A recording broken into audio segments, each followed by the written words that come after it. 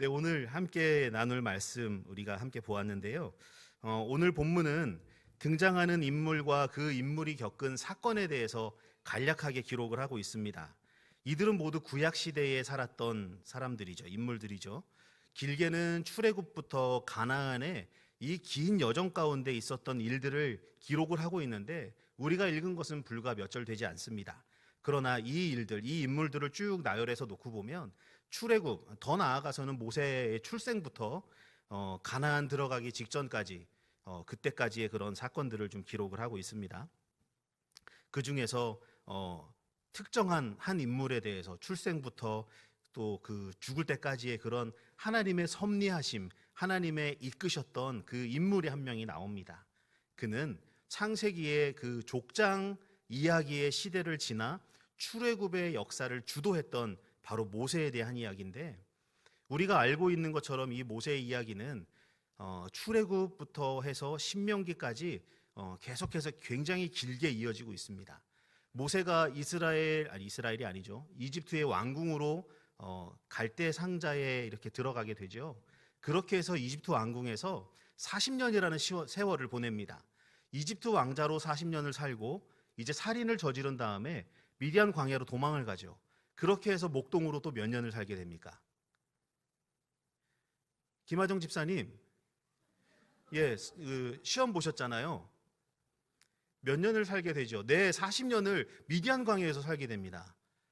그런 다음에 이제 가나안 가기까지 80세에 그 출애굽을 주도를 하고 이제 죽게 됩니다. 그 가나안 직전에.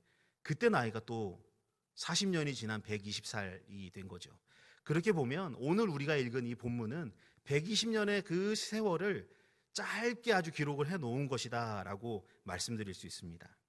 방대하게 많은 이 모세의 이야기가 기록이 되어 있지만 그의 삶을 짧게 요약해 놓은 바로 그곳이 바로 이 우리가 읽었던 본문 히브리서 11장. 이 히브리서 11장이 가지고 있는 별명이 있습니다. 뭔지 아시죠? 둘, 셋.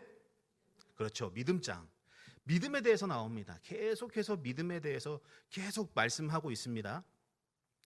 그 모세가 가지고 있었던 믿음, 하나님께서 그를 이끌어 가셨던, 그로 하여금 어떤 믿음을 갖게 하시고 어떤 일을 하게 하시고 또 믿음으로 그 걸음을 나아가고 삶을 살게 하신 하나님께서 어떤 모습을 보여주셨는지에 대해서 오늘 본문에 기록하고 있습니다. 본문은 모세에 대해서 비교적 분명하고 자세하게 그 믿음을 기록하고 있는데 24절 말씀을 보면 믿음으로 모세는 장성하여 바로의 공주의 아들이라 칭함받기를 거절하고 라고 기록이 됩니다. 이는 바로의 공주의 아들, 즉 왕자입니다. 이 높은 자리를 거절하게 되었다라고 말하는데요. 유대인 역사학자 요세푸스는 유대 고대사라는 책을 썼는데 거기에 뭐라고 기록을 해놓았냐면 이 바로의 공주는 무남 동녀였다라고 합니다. 이집트의 바로가 딸이 하나밖에 없었다는 겁니다. 그런데 하필이면 이 무남 동녀인 이 공주에게는 자녀가 없었다고 합니다. 그래서 이 공주가 매일 자주 했던 일이 뭐냐면 나일강으로 가서 시녀들과 함께 나일강으로 가서 목욕을 자주 했다고 합니다. 그 이유가 무엇이냐? 자녀가 없는 것과 나일강에 나가서 목욕하는 게 무슨 연관이 있겠나라고 하실 텐데 당시 애굽 사람들은 이 나일강을 생산의 신으로 여기고 있었다고 합니다. 물은 생명의 근원이죠. 물이 없으면 살 수 없습니다. 그래서 짐승이든 사람이든 모든 문명, 살아가는 삶의 터전이 물을 주위에 두고 발전하고 살아가게 됩니다. 그런데 이 이집트 사람들은, 애굽 사람들은 이 나일강을 신처럼 여겼는데 특별히 생산의 신이다 라고 생각을 했던 거예요. 그래서 아이가 없었던 이 바로의 공주는 나일강으로 가서 계속 이 나일강에 몸을 담그면 이 생산의 신 나일강이 나에게 아이를 줄 것이다 라고 믿었던 것이죠. 그래서 나일강에 가서 매일매일 목욕을 하면 아이가 생길 것이다 라는 믿음으로 나아가게 됐던 겁니다. 그런데 어느 날 작은 갈대 상자 물이 새지 않도록 정답 요게벳의 노래입니다. 다들 못 알아들으신 것 같은 표정으로 앉아 계시는데요. 이 요게벳이 모세를 이 갈대 상자에 넣어서 떠나보내죠. 그런데 미리암이 막 달려가서 확인을 하니까 왕궁으로 들어가는 것을 확인합니다. 그렇게 이런 계기로 인해서 어린 모세를 잘 이 엄마가 양육을 하게 되죠. 근데 목욕을 하고 있는 이 공주에게 갑자기 갈대 상자가 하나가 다가와서 열어보니 아이가 생긴 겁니다. 공주의 입장에서는 어떻겠습니까? 내가 그렇게 간절히 구했는데 나일강이 나에게 아이를 주었네. 얼마나 기쁘겠습니까? 바로의 공주의 아들이 된 것이죠. 그런데 이 공주는 아까 뭐라고 말씀드렸습니까? 무남 동녀였다. 이 바로가 보기에 이 공주가 사랑하는 아이가 생겼는데 바로가 보기에도 굉장히 귀한 아들이죠. 이 귀한 아이를 정말 잘 키워야 되겠다라는 생각을 바로도 했을 것이고 공주도 했을 것입니다. 이렇게 모든 것을 다 누릴 만한 그런 상황 가운데 있는, 모든 애굽의 좋은 것을 다 누릴 수 있는 자격을 갖고 있었고 권리도 가지고 있었던 모세는 아까 말씀드린 것처럼 뭐라고 하냐면 24절에 장성하여 바로의 공주의 아들이라 칭함받기를 거절하였다라고 합니다. 어쨌든 이 공주에게는 아들이 하나가 생긴 거죠. 지극정성으로 이 애굽에 있는 모든 뛰어난 지식들을 다 배울 수 있는 자격이 주어진 겁니다. 우리가 지금도 세계 7대 불가사의네, 8대 불가사의네 하는 것에 꼭 들어가는 게 뭡니까? 이집트의 피라미드죠. 스핑크스가 만들어지고 피라미드가 쌓이고 이 모든 것들을 지금의 과학으로도 밝혀낼 수 없는 그 미스테리한 문제가 바로 이 당시 애굽에서 일어났다는 겁니다. 그러니까 얼마나 상상을 초월할 만큼의 뛰어난 지식을 가지고 있었던 사람들이었겠습니까?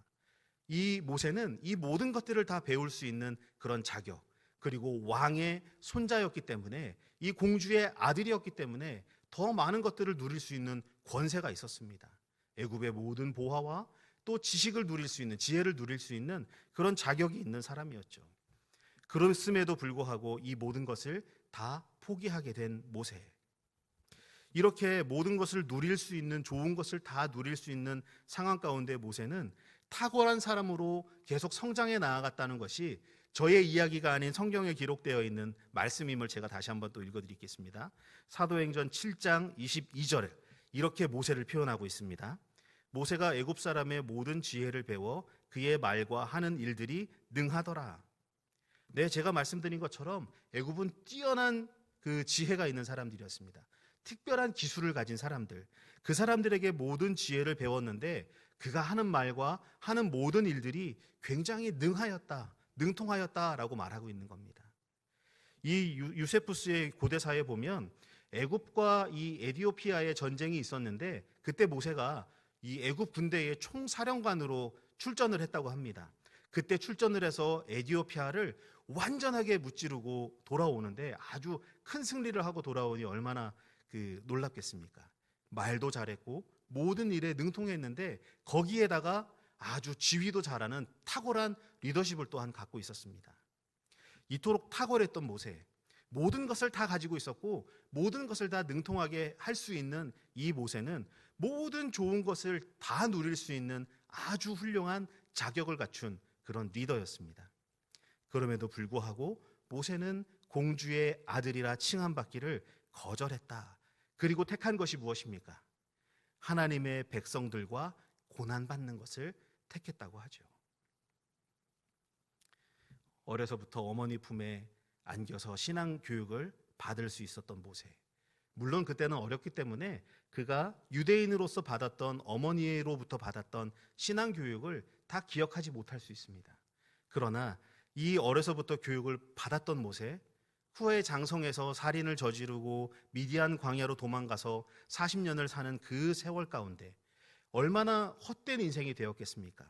결국엔 하나님께서 부르시고 또 그 부르심 앞에 출애굽을 또 주도할 수 있는 그런 주역이 되게 되었다는 거죠. 부귀영화와 권세와는 상관이 없는 삶을 살게 됩니다. 그래서 성경은 뭐라고 말하냐면 이 모세가 모든 것을 다 거절하였지만 그러나 믿음의 열매를 맺게 되었다. 저는 이 믿음의 열매를 맺게 된 것이 바로 어머니의 교육이지 않았을까라는 생각을 합니다. 아무것도 모르는 모세였지만 정말 이 아이를 위해 말씀을 가르치고 또 기도했던 이것들이 이 모세가 나중에 장성하여 잘 안 되는 것 같이 흘러가지만 결국엔 하나님의 부르심 앞에 서게 되고 그 일들로 인하여 믿음의 열매를 맺게 되는 하나님의 놀라우신 계획과 섭리에 놓이는 그런 사람이 되었다는 것이죠. 여기에서 끝나지 않습니다. 모세는 더 나아가 이런 선택을 합니다. 25절과 26절 말씀입니다. 도리어 하나님의 백성과 함께 고난받기를 잠시 죄악의 낙을 누리는 것보다 더 좋아하고 그리스도를 위하여 받는 수모를 애굽의 모든 보화보다 더 큰 재물로 여겼으니 이는 상 주심을 바라봄이라. 부귀영화와 권세를 거절한 것에서 머무르지 않았고 더 좋은 것을 선택하게 됩니다. 그가 선택했던 더 좋은 것이란 무엇이냐면 하나님의 백성과 함께하는 것, 그리고 애굽의 모든 보화보다 더 값진 그리스도를 위한 삶의 선택이었다는 것이죠. 만일 모세가 이 바로의 공주의 아들이라 칭함을 받으면서 잠시 거기서 계속 거기서 머물러 있었더라면 부귀영화는 누리고 애굽의 왕도 될 수 있었을 것입니다. 그러나 모세는 그 선택을 하지 않아요. 모세는 선택을 하는데 어떻게 선택을 하냐면 믿음으로 선택을 합니다. 세상이 아니라 하나님을 선택했고 믿음의 본을 보이는 의인이 되었다는 거예요. 물론 이 선택은 고난이 따라오고 어려움도 감수해야 하는 그런 선택이었습니다. 고난과 수모 때문에 이 선택을 하는 것이 더 어렵기도 합니다. 그러나 이 믿는 자의 고난은 앞으로 나타날 영광과 좋게 비교되지 않는 것임을 우리가 믿어야 됩니다. 이 모세가 선택했던 그것은 하나님의 백성과 함께 고난받기를 선택했던 것이고 그리스도를 위하여 수모받는 것을 선택했다는 것입니다. 그리스도인들이 박해받던 시대의 그 삶은 고난의 연속이었죠. 네로 때 이 그리스도인들에 대한 박해가 굉장히 심했습니다. 어느 정도였냐면 그리스도인들을 잡아다가 꼬챙이로 사람을 꿰뚫습니다. 그리고 밤에 기름을 붓고 그들의 몸에 불을 붙입니다. 그러면 어두운 곳이 밝아지겠죠. 그들의 비명과 몸이 타는 냄새와 타는 것을 보면서 유유히 식사를 했다고 합니다. 굉장히 잔인하지만 그들이 죽어가는 모습을 즐겼다라는 것도 됩니다. 잡아다가 사자굴에 던지기도 하고 검투사와 싸움을 시키기도 하고 굉장히 핍박이 심했습니다. 그렇게 핍박을 받게 되었던 가장 중요한 일이 또 벌어지게 되는데 그게 뭐냐면 로마의 화재입니다. 네로가 불을 질러버리고 기독교인들이 했다라는 소문을 퍼뜨리게 됩니다. 그로 인해서 그리스도인들은 모진 고난을 받게 되는 상황이 되죠. 카타콤으로 숨어야 되고 모든 삶의 순간순간이 굉장히 어려운 상황 가운데 놓이게 됩니다. 잘못 숨 쉬면 죽을 것과 같은 굉장히 어려운 삶을 살게 되죠. 그럼에도 불구하고 그들은 죽음을 두려워하지 않았습니다. 내가 몸에 꼬챙이가 내 몸을 꿰뚫고 내가 기름이 발라져서 내 몸이 불탈지언정 나는 그리스도를 부인하지 않겠다. 내가 사자굴에 던져질지언정 나는 주님을 부인하지 않겠다.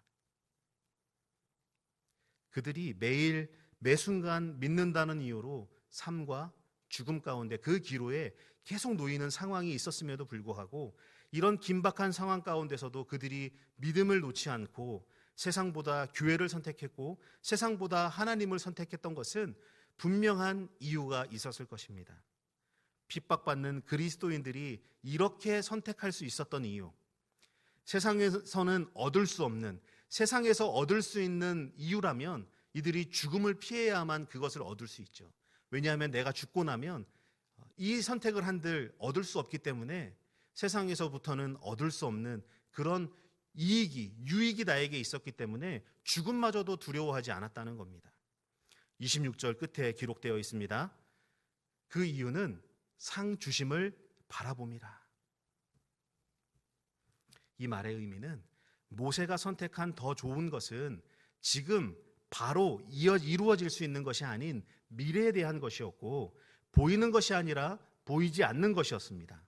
그리고 잠시가 아닌 영원한 것이었고 세상이 주는 자기를 위한 상이 아닌 하늘로부터 내려오는 하늘의 상을 의미하고 있는 것입니다. 오늘 본문에 눈치채신 분도 계시겠지만 반복적으로 나오는 말씀이 있죠. 바로 믿음으로. 25절과 26절을 제외하고는 모든 절의 처음이 믿음으로라고 시작하고 있습니다. 모세의 결정과 행했던 일들, 또 마지막에 나오는 기생 라합의 결정으로 인해서 이들은 믿음의 의인으로 여기고 있습니다. 모세는 보이지 않는 하나님을 믿음의 눈으로 바라보고 의지함으로 애굽 왕의 분노도 두려워하지 않고 이스라엘 백성들을 이끌고 홍해를 건넜습니다. 그리고 기생 라합은 보이지 않는 하나님을 경외하고 또 정탐꾼들을 선대함으로 인하여서 구원을 얻었을 뿐만 아니라 다윗, 예수 그리스도, 이 예수님께서 오셨던 예수 그리스도의 계보를 잇는 여인이 되었습니다. 이 영광은 그 순간 잠시 얻었던 영광이 아닌 지금도 여전히 드러나고 있는 영광이죠. 아브라함부터 수많은 인물들이 성경에 나옵니다. 그들을 나열하고 그들의 믿음의 삶을 조명하고 있는 이유는 예수 그리스도가 탄생한 것을 나타내기 위해서 그들의 믿음, 그들의 했던 일들을 다 나열하고 있습니다. 바로 기생 라합은 그의 삶이 기생이었음에도 불구하고 하나님을 경외함으로 인하여 예수 그리스도가 태어나는 계보의 주인공이 된 여인이었습니다. 이것은 세상으로부터 얻었던 유익이 아닙니다. 나타날 상 주심을 믿음으로 바라보았기 때문에 얻을 수 있는 것들이었습니다. 사랑하는 성도 여러분, 여러분과 저도 눈앞에 있는 현실보다 하나님을 믿음으로 바라보며 살길 간절히 소망합니다. 우리의 상황을 이렇게 들여다보면 딱 이런 표현이죠. 저만 그렇습니까? 우리의 삶이 이렇게 들여다보면 참 안 되는 거 투성이잖아요. 그런데 이렇게 바라보지 말고 상 주심을 바라볼 때 우리의 삶이 보이지 않는 하나님을 믿음으로 바라보고 상 주심을 바라볼 때 우리 삶에 나타나는 것들이 다르다는 것이죠. 내가 잠시 얻을 영광이나 유익에 멈추지 않고 하나님으로부터 주어지는 것들, 보이는 것이 아닌 보이지 않는 것, 잠시가 아닌 영원한 것, 나에게 주는 유익과 상이 아닌 하늘로부터 내려오는 하늘의 상, 이런 것들이 우리에게 주어지게 될 것입니다. 믿음의 눈을 여십시오. 그리고 믿음으로 상 주심을 바라보시길 소망합니다. 나 자신뿐만 아니라 가정을 향해서 또 하나님의 계획을 믿음의 눈으로 바라보고 지금 상황을 뛰어넘는 그런 믿음의 선택을 하시길 바랍니다. 믿음의 선택이라 그래서 굉장히 불리한 것을 선택하는 것을 믿음의 선택이라고 말씀드리는 게 아닙니다. 믿음의 선택이라 그래서 지금보다 더 높은 곳을 향해서 올라가는 선택을 그래 나는 믿으니까 지금보다 더 나아질 수 있어 믿습니다 하고 더 높은 것을 선택하는 게 믿음의 선택이 아닙니다. 마치 모세가 선택했던 것처럼 이집트의 왕제에서 목동이 될 수 있는 선택이기도 합니다. 그러나 그가 바라보았던 것은 잠시 주어지는 영광이 아닌 영원히 주어질 영광을 바라봄으로 인하여 목동이 될 수 있었던 것이고 출애굽의 주역이 될 수 있었던 것입니다. 그가 그렇게 할 수 있었던 이유는 하나님이 함께 하셨기 때문에, 하나님의 상 주심을 바라보았기 때문에. 모세는 모든 것이 어둔한 자라고 했습니다. 아까 말씀드린 것처럼 모세는 모든 능력을 가지고 있음에도 불구하고 나중에 하나님의 부르심 앞에는 나는 말이 둔한 자니이다, 나는 혀가 둔한 자입니다 라고 말합니다. 모든 것이 뛰어났음에도 불구하고 40년 동안 모든 것을 다 잃어버리는 아주 그냥 목동에 충실한 삶을 살았기 때문에 모든 지식과 이 애굽에서 배웠던 능통한 모든 것들을 다 잃어버렸습니다. 말이 둔한 자니이다 라고 할 만큼 아무것도 가지고 있지 않은 깡통의 상태에서 하나님은 그를 들어 사용하시고 아론을 붙여서 하나님께서 이루어 가실 일들의 믿음의 열매를 맺도록 만들어 가시는 그 모세의 삶이 되었던 것이죠. 여러분, 우리는 의인이 아닙니다. 우리는 누구도 우리는 일컬음을 받을 뿐이지 우리는 의로운 사람이 아무도 없습니다. 우리가 실패하는 것, 우리가 낭망하는 것, 우리가 좌절하는 것, 어쩌면 우리 인생 가운데 당연합니다. 그러기에 우리는 주님과 함께 동행해야만 하고, 우리는 우리의 없는 것을 고백함으로 인하여 하나님의 인도하심, 하나님의 도우심, 그 역사하심을 바라보고 믿고 나아갈 수 있게 된다는 거죠. 모세는 아무것도 할 수 없었습니다. 그렇게 하나님께서 만드셨습니다. 광야에서 모든 것을 잃어버린 이후에 하나님을 철저히 의지하지 않으면 안 될 만큼 만들어 놓으신 후에 그를 부르신 하나님. 어쩌면 우리도 마찬가지입니다. 나의 부족함, 하나님께서 쓰시기 위해 하나님의 나타내심을 우리 삶 가운데 보여주시기 위해 우리 가운데 부족한 것들을 놓아주셨다는 거예요. 하나님을 더 바라볼 수 있도록. 오늘 목사님께서도 설명하셨던 것처럼 우리의 심령이 가난해야 하나님을 바라보게 됩니다. 우리가 부족하지 않고 넉넉하고 늘 여유로우면 우리는 하나님을 찾지 않는 정말 본능에 충실할 수밖에 없는 성품을 가진, 그게 바로 우리입니다. 저 여러분. 그래서 더욱더 심령이 가난한 자가 되어 하나님을 향하여 나아갈 수 있도록 우리가 그렇게 나아가는데 가장 중요한 것은 믿음으로 전 여러분들에게 도전하고 싶습니다. 믿음으로 선택하십시오. 믿음으로 그 삶을 하나님을 향하여 나아가시기 바랍니다. 우리의 가는 방향이 맞는지 말씀 앞에 두려움으로 늘 확인하시고 그 방향이 맞는지 그 방향을 잘 찾아 나아가시길 바랍니다. 오늘 성경에 기록되어 있는 믿음으로 모세는, 믿음으로 기생 라합은, 이 믿음으로 뒤에 여러분들의 이름을 넣어서 속으로 고백하십시오. 믿음으로 김창형은 하나님을 기쁘시게 한다. 이게 저와 여러분의 고백이 되길 간절히 소망합니다. 우리 믿음으로 하나님을 기쁘시게 합시다. 믿음으로 선택하고 믿음으로 나아가는, 그래서 정말 믿음의 눈으로 나에게 상 주심을, 지금 당장의 유익은 없다 할지라도 믿음으로 상 주심을 바라봄으로 인해 그 위에 있는 것을 바라보고 그 위의 것을 찾을 수 있는 하늘의 상급을 받으시는 우리 성도님들 되시길 주님의 이름으로 축원합니다. 우리 함께 찬양하겠습니다. 저는 요즘 고민하는 것이 하나 있습니다. 물을 좀 마시고 고민하겠습니다. 믿음에 대한 고민인데요. 제가 믿고 있는 게 맞나라는 고민을 좀 합니다. 내가 믿고 있는 게 하나님께서 인정하시고 하나님께서 원하시는 믿음이 맞나라는 고민을 하게 됩니다. 저는 믿고 확신하다 생각하지만 하나님 보시기에 어떨까? 제가 만약에 우리 성도님들에게 잘못된 믿음에 대해서 말을 하면 이게 굉장히 파급이 너무 크겠다라는 생각을 하게 됩니다. 그래서 제가 가지고 있는 믿음, 이게 옳다고 생각하고 있는 것이 정말 옳은가라고 확인을 계속해서 하게 됩니다. 그런 가운데 하나님 저에게 한 찬양을 듣게 하셨고, 그 찬양을 통해서 알게 하시는데, 그 찬양을 통해서 내 안에 있는 믿음을 향하여 나아가고 있는, 내가 믿음을 향하여 나아가지 못하게 만들고 있는 장애물들이 있다는 것이죠. 그 장애물들을 제거하지 않으면 또 언젠가는 이런 고민을 또 하게 된다. 믿음을 향해 가고 있는지, 내가 믿음이 제대로 된 믿음인지, 이런 점검도 필요하겠지만 확신함에도 불구하고 계속해서 불안함 가운데 살아갈 수밖에 없겠다라는 생각을 합니다.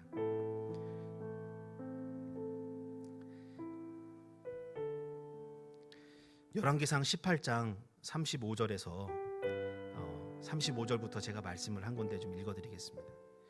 물이 제단으로 두루 흐르고 도랑에도 물이 가득 찼더라. 저녁 소재 드릴 때에 이르러 선지자 엘리야가 나아가서 말하되, 아브라함과 이삭과 이스라엘의 하나님 여호와여, 주께서 이스라엘 중에서 하나님이신 것과 내가 주의 종인 것과 내가 주의 말씀대로 이 모든 일을 행하는 것은 오늘 알게 하옵소서. 여호와여, 내게 응답하옵소서. 내게 응답하옵소서. 이 백성에게 주 여호와는 하나님이신 것과 주는 그들의 마음을 되돌이키심을 알게 하옵소서 하매, 이에 여호와의 불이 내려서 번제물과 나무와 돌과 흙을 태우고 또 도랑의 물을 핥은지라. 모든 백성이 보고 엎드려 말하되 여호와 그는 하나님이시로다. 여호와 그는 하나님이시로다. 우리의 믿음에, 우리의 마음에 번제물과 나무와 돌과 흙과 도랑의 물, 이런 불을 붙이지 못하는 그런 많은 여건들과 장애물들이 우리 안에 있을 수 있습니다. 네, 물이 있으면 불이 붙지 않겠죠. 흙이 장작더미에 막 올라가 있으면 불이 잘 붙지 않겠죠. 그런데 하늘로부터 내려오는 불로 인해 여호와의 불이 내려서 번제물과 나무와 돌과 흙을 태우고 또 도랑의 물을 핥은지라. 여호와의 불이 내리면 우리 마음에 있는 모든 장애물들이 다 태워지게 될 것입니다. 혹여나 우리의 마음에 믿음을 향하여 나아가는데 방해되는 것들이 있다면 오늘 우리 이 시간 결단하고 찬양하고 함께 기도합시다. 여호와의 불이 나의 심령 가운데 내려서 하나님을 향하여 나아가는 믿음에 장애가 되는, 방해가 되는 모든 것들이 다 태워질 수 있는 여호와의 불이 임하도록 우리 함께 기도합시다. 우리의 고백을 통하여 여호와께서 우리의 심령에 불을 내려서 물에 있는 도랑까지도 다 핥아 없어질 수 있는 그 강력한 여호와의 불로 인하여 우리의 심령이 변화되어지는 귀한 역사가 있게 해달라고 우리 함께 찬양하고 함께 기도하겠습니다.